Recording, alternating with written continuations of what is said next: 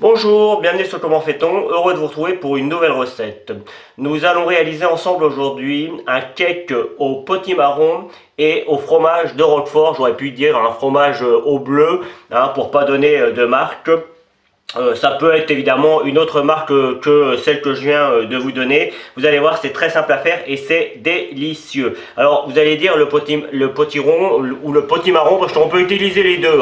Le potimarron étant quand même un petit peu plus sucré que le potiron, mais les deux marcheraient bien pour faire ce genre de recette. Vous allez dire, c'est assez sucré et ça va donner un goût un petit peu particulier.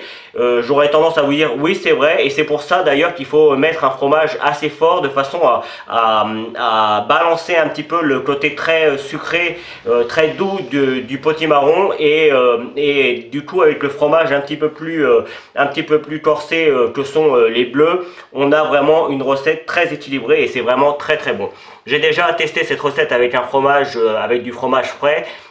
Et franchement là c'est vraiment c'est moins bon parce que on n'a pas cette différence de goût et c'est un petit peu trop linéaire, j'aurais tendance à dire.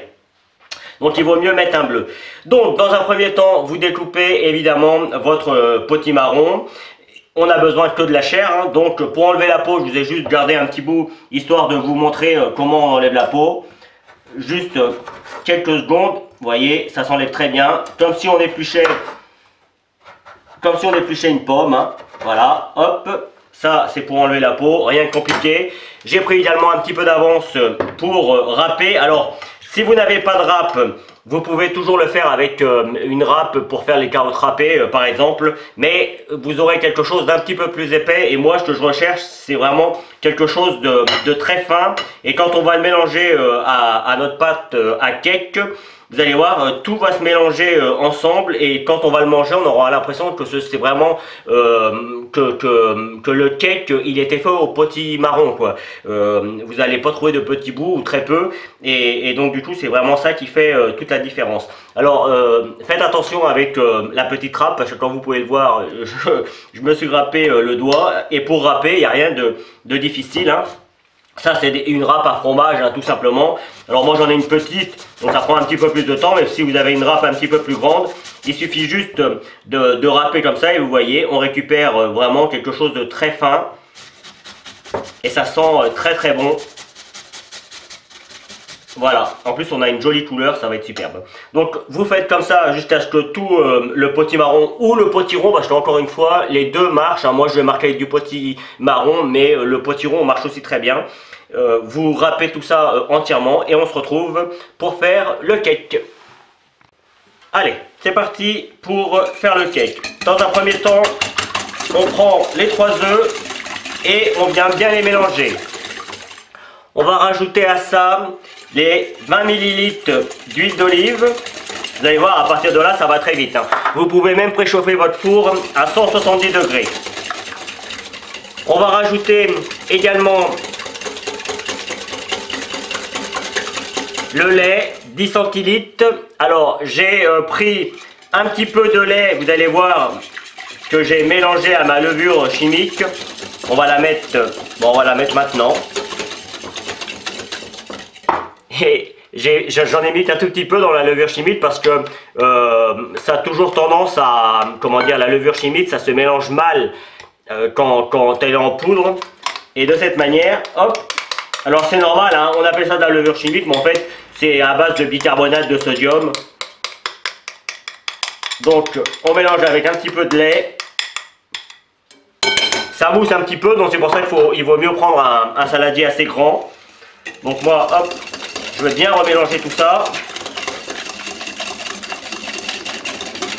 Avant que ce soit trop épais, je vais saler et poivrer.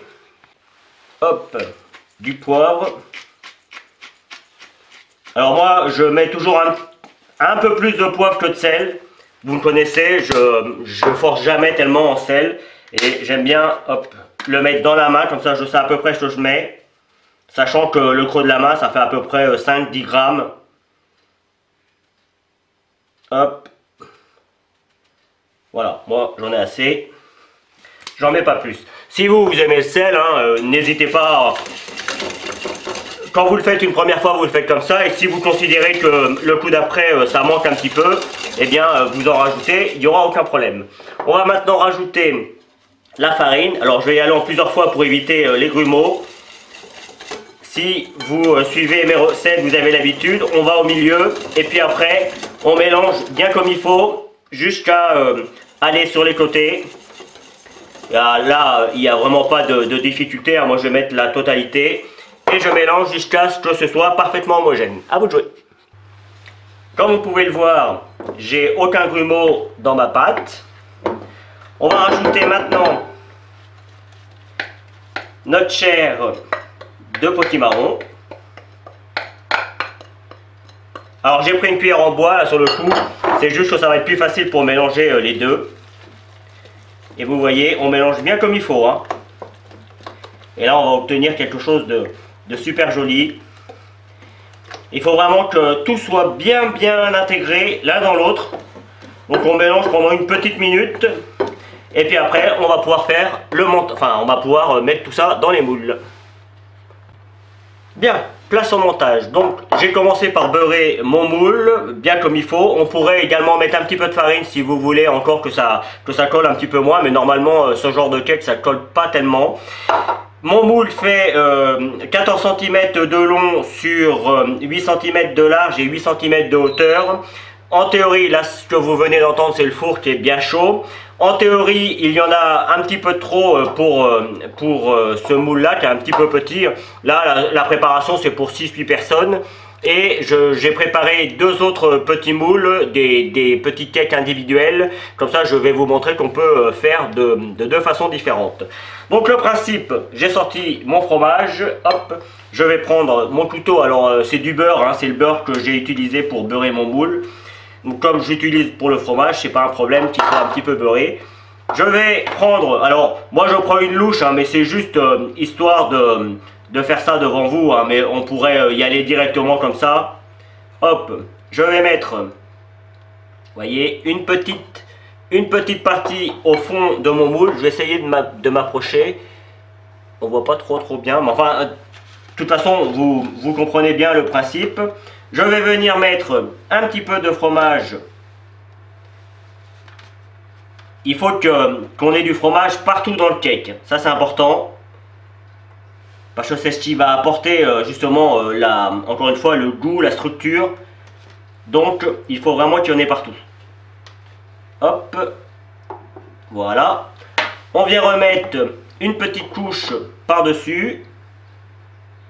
Alors, il est possible que le fromage ait tendance à tomber un petit peu, hein, mais c'est pas forcément très important, dans le sens où de toute façon il y en aura quand même un petit peu en haut, un petit peu en bas. Voilà, on recommence l'opération. Alors on a des morceaux un petit peu plus gros. Hop, donc vous voyez, je vais juste les mettre et je vais vous montrer après. J'aurais dû mettre ma caméra un petit peu plus haut. Encore une fois, j'insiste, c'est un matériel, c'est maintenant un appareil photo qui fait caméra. Et je l'ai depuis peu, puisque mon caméscope, mon beau caméscope qui m'a permis de faire plein de vidéos est tombé en panne. Donc j'ai investi dans du matériel un petit peu plus professionnel. Mais j'apprends à travailler avec. Donc là vous voyez, j'en ai mis un petit peu partout. Et je renouvelle l'opération, encore une fois. Voilà. Alors on monte pas trop haut, puisque rappelez-vous que ça va encore grimper. Donc il ne faut pas si on montait trop haut, jusqu'en haut, ça aurait tendance à déborder sur le moule et ce serait pas bon ni beau. Donc là on va être bien et je vais juste revenir mettre, hop, j'essaye de mettre ça dans le moule, voilà. Je vais juste revenir mettre un petit peu de fromage au milieu comme ça, pour la présentation en fait. Ça va venir couler sur le bord. Voilà, comme ça là on est vraiment sûr qu'il y en ait bien partout.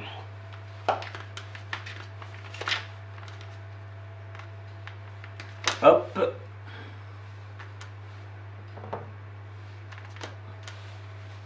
Alors le fromage, moi j'en mets environ Là, avec mes petits, je vais mettre environ 125 grammes de fromage. Évidemment, moi j'aime le fromage, donc j'aime bien qu'il soit bien présent. Mais si vous aimez un petit peu moins ça, vous en mettez un petit peu moins. C'est pas un problème. Voilà. Je vais mettre tout ça au four. Donc vous avez certainement l'habitude, si vous suivez mes recettes, pour savoir si le cake est cuit, vous piquez le couteau. Hop, je vais essayer de nettoyer le couteau au mieux. Vous piquez le couteau dans votre cake. Si le cake, quand vous le ressortez, il y a de la pâte comme ça, c'est que évidemment c'est pas cuit à l'intérieur. Si en revanche vous piquez et que le cake ressort de cette manière, c'est que c'est cuit. Si jamais vous voyez, parce qu'il faut entre 30 et 45 minutes hein, pour cuire un cake comme ça. Si vous voyez qu'au bout de 30 minutes ça prend trop de couleur, n'hésitez pas à mettre un papier aluminium sur le dessus, il n'y a pas de danger, il n'y a pas de problème. Ou alors si vous ne voulez pas mettre de papier d'aluminium, vous mettez un papier cuisson, ça marchera aussi très bien. Et de cette manière, le dessus va arrêter de prendre de la couleur et le dessous va continuer à cuire. Et vous aurez un cake parfaitement cuit et joli au niveau de la couleur. Je fais évidemment la même chose avec mes petits, hein, même principe. Je vais mettre un petit peu, évidemment là comme c'est des petits, eh ben, on va mettre un petit peu moins de patate cake et de fromage. Mais le principe reste le même. Je vais juste commencer à en faire un devant vous, histoire de vous montrer. Voilà. Voilà, je vais revenir mettre un petit peu de pâte et je vais revenir remettre du fromage par dessus et ce sera suffisant. Ça c'est pour une personne, hein, allez, même moi j'aurais tendance à dire un petit comme ça, c'est pour une demi-personne. Pour une personne c'est deux petits comme ça, c'est cool, mais c'est joli en présentation, ou si vous voulez les faire pour des petits apéros dînatoires, c'est assez cool et en plus c'est vraiment très très bon. Évidemment la cuisson des petits sera forcément plus rapide, en tout cas un petit peu plus rapide que celle des grands. Donc je vous retrouve pour la fin de la vidéo quand tout ça sera cuit. Alors, plusieurs infos avant de terminer la vidéo. La première, c'est que la cuisson a été d'environ 55 minutes pour moi. Au bout de 45 minutes, j'ai mis un papier alu dessus pour éviter que ça prenne trop de couleur. La deuxième information, comme on pouvait s'y attendre, et c'est tout à fait normal avec ce genre de recette, c'est que le fromage a fondu et c'est ce que vous voyez, les petits trous. Et donc du coup, c'est venu glisser, mais forcément, quand vous avez votre préparation qui lève dans le four, et puisqu'il y a des petits, quand vous le sortez, les trous se comblent sur le coup et ça fait redescendre un petit peu votre cake, mais c'est encore une fois c'est tout à fait normal. C'est avec ce genre de fromage et avec ce genre de recette, c'est le résultat que l'on attend. Donc comme vous pouvez le voir, j'ai découpé, j'ai attendu que ça refroidisse, hein. J'ai découpé plusieurs parts. On voit bien donc le fromage, on voit bien la structure qui est différente d'un cake classique, hein. Là, on a vraiment rajouté de la chair de potiron, donc forcément, on va avoir un résultat différent, mais de potiron ou de potimarron. Enfin, de toute façon, les deux marchent, hein. J'insiste vraiment sur le coup. Les deux fonctionnent et au niveau du goût, ça changera franchement pas énormément. Donc voilà, il suffira. Moi, j'aurais plus qu'à le réchauffer un petit peu et on a l'impression, quand on mange ça, on a l'impression de manger un petit peu un gâteau. Alors c'est une sorte de cake sucré salé, mais franchement c'est top. Faites-le, goûtez-y et vous allez voir, vous allez changer d'avis sur le potiron ou sur le potimarron, suivant ce que vous aurez choisi, pardon, au niveau de votre courge. Voilà, j'espère que cette nouvelle vidéo, je vais mettre ça jusqu'au fond, ça va être mieux, voilà. J'espère que cette nouvelle vidéo vous aura plu. Moi j'ai pris comme toujours beaucoup de plaisir à la réaliser. Vous allez voir apparaître, ou vous avez déjà vu apparaître les liens qui vont vous permettre d'aller sur Facebook, Twitter, Instagram. N'hésitez pas, faites-vous plaisir. Également, juste après, vous continuez un petit peu et vous allez avoir le lien qui va vous permettre de vous abonner à ma chaîne YouTube.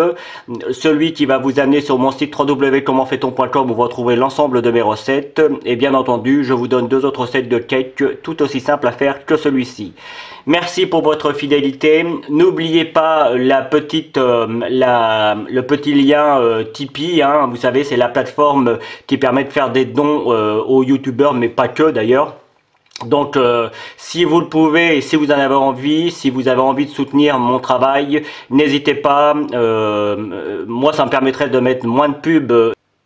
À bientôt sur Comment fait-on. Salut!